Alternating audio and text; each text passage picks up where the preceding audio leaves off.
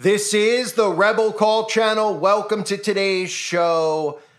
Ritual season has begun, and anytime stories like this come out, I feel the need to cover it because so many Christians, so many people out there have been duped into believing that witches and witchcraft is not real. They have this illusion that anybody who does identify as a witch is just somebody who has some crystals in their home, who loves nature. These are all things that they've done deliberately, of course, but if you actually understand Satanism and the core of what Satanists and witches do, then these stories start to make very clear sense to you because you understand how important that red liquid is in these rituals that occur and that spell casting is actually real. Now, I always say this when I cover stuff with spell casting. It's amazing to me how many people out there think that it's fake, that they hear spell casting, things like, oh, abracadabra, right? Oh, none of this stuff is real. Yet it's so ingrained in them, they don't even realize it, right?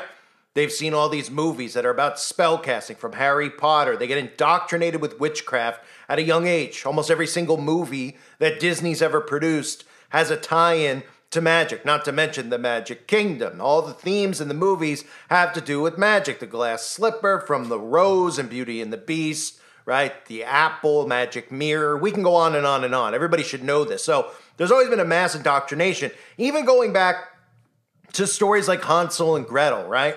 When you actually start using your brain and thinking about stuff, you'd say, why in the world were kids getting read a book about Hansel and Gretel who got lost in the woods, who stumbled upon a witch, who then fattened up the children before eating the children? But this is the stuff that they read to you at a young age to tell you that it's a fable. Most of those stories, of course, those old school, Little Red Riding Hood, they all have pretty human ritualistic sacrifice themes to them. So it shouldn't surprise anybody when a story like this happens. A woman was accused of cooking her mother's corpse, casting spells. Now, a lot of people out there who have heard this story, it's making their heads explode because they can't believe that things like this occur. But doing a little digging on the woman who supposedly did this to her mother, I'll show you how the signs are there where you could see that these people are actually witches. So the story goes that the woman was spell casting. People showed up at her property. She was casting spells on them. And of course, then she decided after killing her mother to cook her mother for a nice meal, right? So people out there naturally will just think that this is some lunatic type story. But if they actually understand how the occult operates, the people who do these things all the time are always protected because the people who do it all the time are pretty much your celebrities and your famous politicians and all these people in Hollywood and the music industry. But here's a clip of the story first so you can have an understanding of what it's all about. A woman is now charged in the horrific murder and dismemberment of her mother after a man said she was casting spells on him hours earlier. I have the disturbing updates about Toralina Fields and what she's also accused of doing to a dog. Welcome to Crime Fix. I'm Anjanette Levy. The case of Trudy Fields, a mother from Kentucky who was murdered and dismembered, is so incredibly sad. And the more we find out, the worse it gets. Fields' daughter, Toralina Fields, is now charged with murdering her, dismembering her, and cooking some of her remains on a stove at the home that they shared in Mount Olivet, Kentucky. That's between Cincinnati, Ohio, and Lexington, Kentucky. When I first told you about this, the autopsy was underway on what was believed to be Trudy Fields' remains. That autopsy is now complete, and that led to Toralina being charged with the murder of her mother. And now we're also learning from the grand jury indictment that prosecutors believe that Toralina Fields also tortured and killed a dog. The grand jury in Robertson County, Kentucky, indicted Toralina on a number of charges, including murder, abuse of a corpse, tampering with physical evidence, torturing of a dog with serious physical injury or death, and obstructing governmental operations. Even though she has been indicted this morning, she's not been served. So Toralina Fields was supposed to appear on video arraignment, but the murder indictment had just come down. Prosecutors didn't want to arraign her until she had seen the indictment, so that was postponed. Her mugshot is the only picture of her since the arrest. The victim is her mother, Trudy Fields. Investigators say she was shot in the head, stabbed multiple times, and Her body was dismembered. They also found body parts in a pot inside the oven. Tornolina was covered in blood. Officers say they had to use tear gas on her as she tried to cast spells on them. We obviously, everybody's angry and confused and stuff at why, but how do you say, I'm so sad and I want justice for my family member, but I'm so sad because is my other family member not okay? Where do we go? We are way in a gray area there. Yeah, now the family says Torlina went to California a few years ago. They say she was a talented singer, a dancer, an actress. They say she was even in a few low-budget films while she was out there. But they say she had a motorcycle accident and she sustained a severe brain injury. And they're wondering if that may be at the root of all this. Reporting live, Brian Hemrick, WLWT News 5. Brian, do we know if she was into witchcraft before all of this?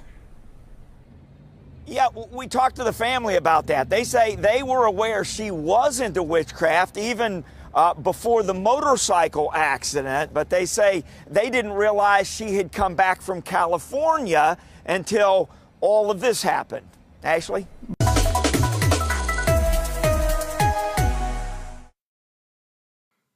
So that's the story about this woman who's accused of cooking her mother's corpse. Now, if you actually go to this woman's Instagram page, you'll actually see some of the stuff that I expose on this channel all the time. And you'll see that she is actually a witch because they reveal themselves through signs and symbols. Now, is it a coincidence that this witch was trying to become famous in Hollywood, then returned home to Kentucky after failing to become famous, and then decided to commit a ritual sacrifice, maybe with plans to go back to Hollywood afterwards? Is it a surprise to anybody? Because there always seems to be some tie-in with aspiring actors, aspiring models, right? So if you go over to her Instagram page, here's one of the first things you'll see.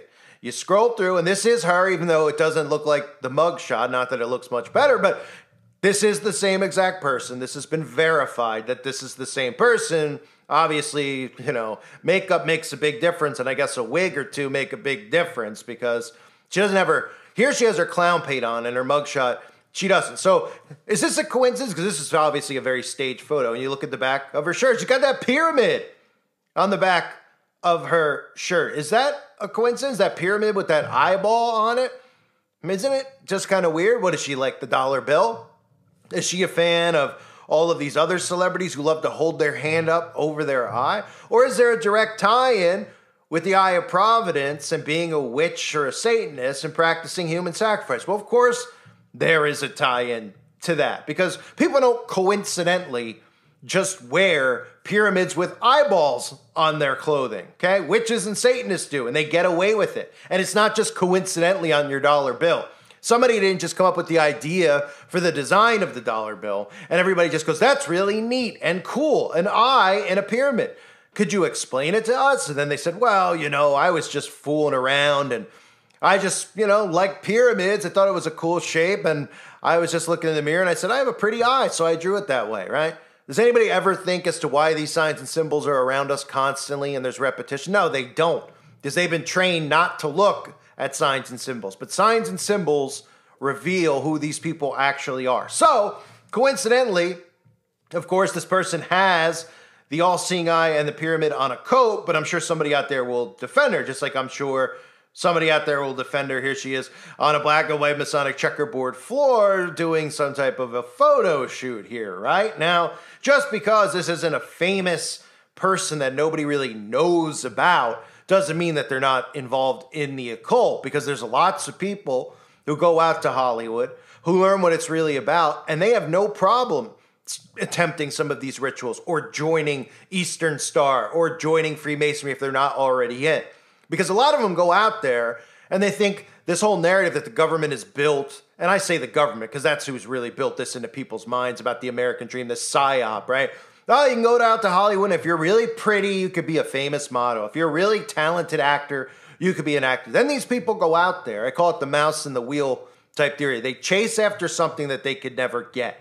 They can never get it, not because they're not good enough, not because they're not good looking enough, because it's reserved for these people who are members of secret societies. Now, sometimes somebody on the outside could go out to Hollywood, meet somebody at a club or a bar who works for, let's say, a talent agency or something like that, who is obviously indoctrinated with secret societies and their rituals, and could tell them, look, if you want to get in, you're going to have to maybe meet somebody that come talk to this person that I know. They go, they talk to the person they know, is likely, in her case, an Eastern Star Witch, because that's the female branch of this.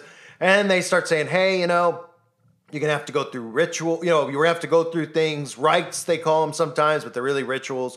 And then you just get indoctrinated with it, and the rest is history, right? And these people don't even know what they're joining, but they get this psychosis they're in is so thick where they want to become famous so bad, they say things like, I'll do anything to become famous. And then they hear celebrities say, hey, it takes a lot of sacrifice to become famous, but they never connect the dots. Right? You'll do anything to become famous, and then the celebrity tells you it takes a lot of sacrifice. Well, they're not talking about staying up late at night working out at the gym.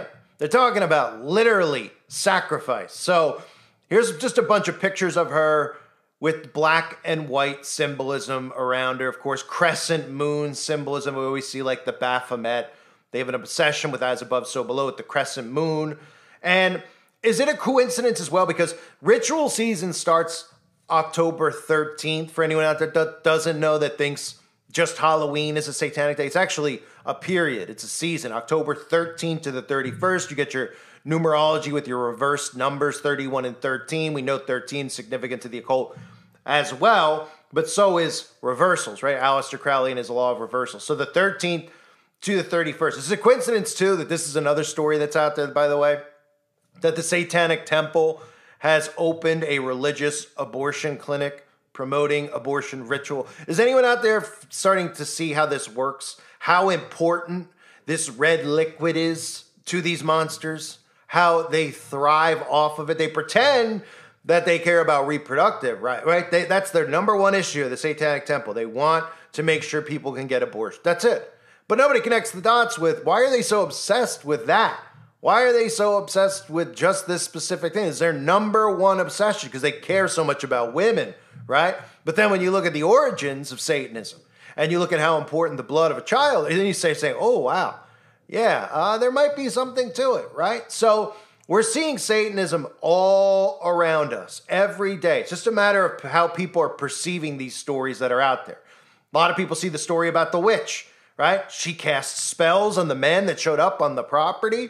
Well, what do you think? She was just, speaking gibberish out of her rear end. She just started saying, I'm going to make up speech, and she was casting spells because she's a witch, because witches are real. And the sacrifice was clearly part of a ritual offering.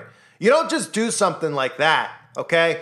Even if you want to say, hey, the people out there that look at things from a motive and a crime standpoint, if somebody out there wanted to look at it and say, well, maybe she got in a heat of the argument moment with her mom, right? Which still is ridiculous and psychotic that we even have to give somebody a reason to dismember someone else. But like I've talked about, a lot of the MK Ultra that's been going on over the last decade or so has literally, people out there think that they're just getting fed all these true crime shows for entertainment.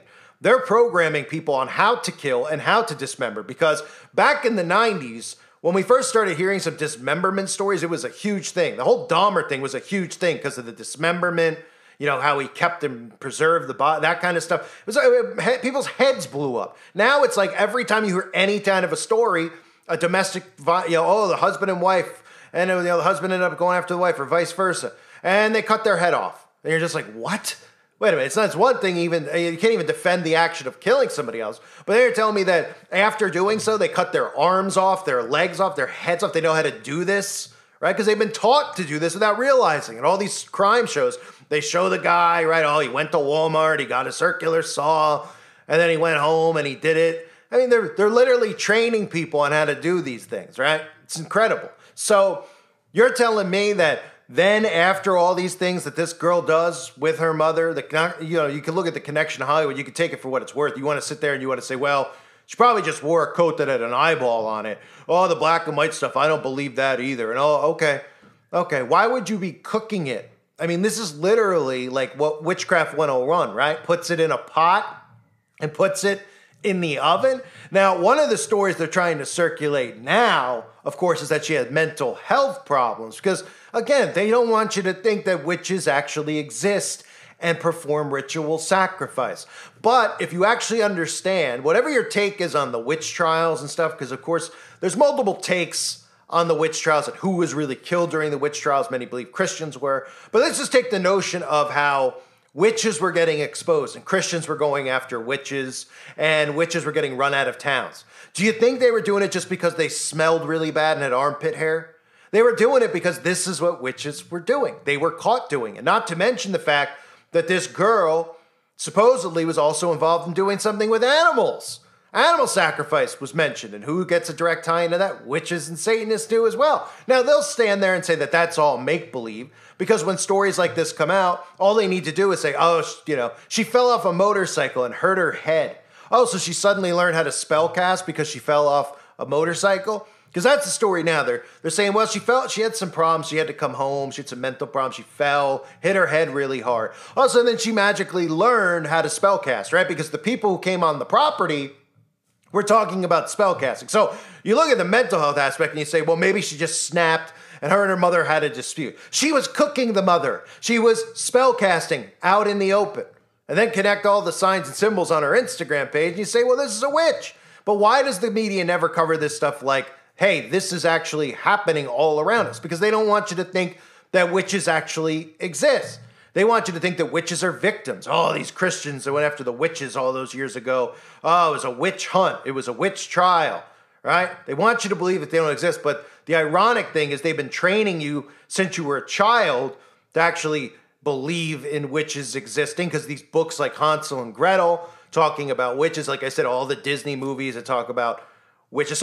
So I mean, and magic, right? They want you to think magic isn't real. It's like, what was she spell casting? She was just singing a song. Is that what we're supposed to believe? Like she wasn't gaining any power from the ritual that she performed.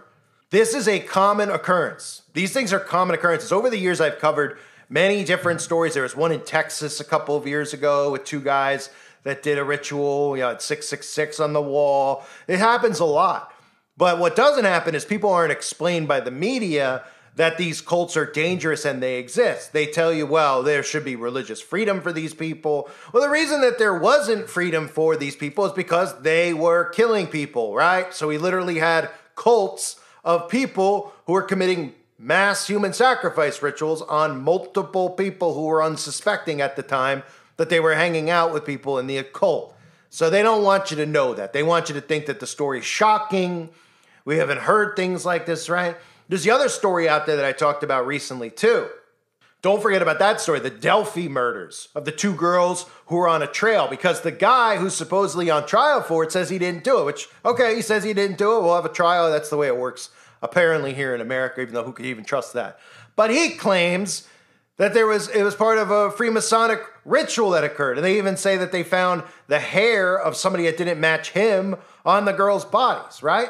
So then we could go back to things like the West Memphis 3 and all the propaganda that they put out. Hollywood put millions of dollars in production to make it seem like those kids got framed when they had blood oath contracts with Aleister Crowley, and nobody understood the significance of that, right? I mean, that's what drove me nuts about the West Memphis 3. It was like, well, they wore Metallica shirts, so they got judged, right? And they were like, there's no evidence here, it's the dad. And everybody just follows the trail as if the government themselves, the police themselves, could implant somebody else's DNA on the body and etc. I mean, yes, they can, and they do. They protect Satanists and witches at all costs. And they keep everybody in the dark about the existence of them. And in the case of the West Memphis 3, just the fact that they had a blood oath with Aleister Crowley, who in his books talks about sacrificing young boys, well, then you start going, oh, well, this is pretty sufficient evidence. It's not circumstantial. It's pretty significant evidence, right? They always go out of their way to protect their own. So even in this story, in the Delphi story, they're trying to make it seem, and I don't know what the real story is there, but I know that there's rumors of a ritual sacrifice. And we know that they're real, so we have to look at those things. They want you to just go, ritual sacrifice, what is this, a movie? Same here, right? Oh, well, ritual sacrifice, maybe she was just off her rocker. Oh, so she knew how to spellcast, and she was using a giant pot, a cauldron, to cook her mom, right? While she's got all these, signs and symbols that we see associated with the occult, on her Instagram account. Satanists are real. Witches are real. They're all around us. I thank everybody for being here. Hope you're all doing well. God bless you and your families as always.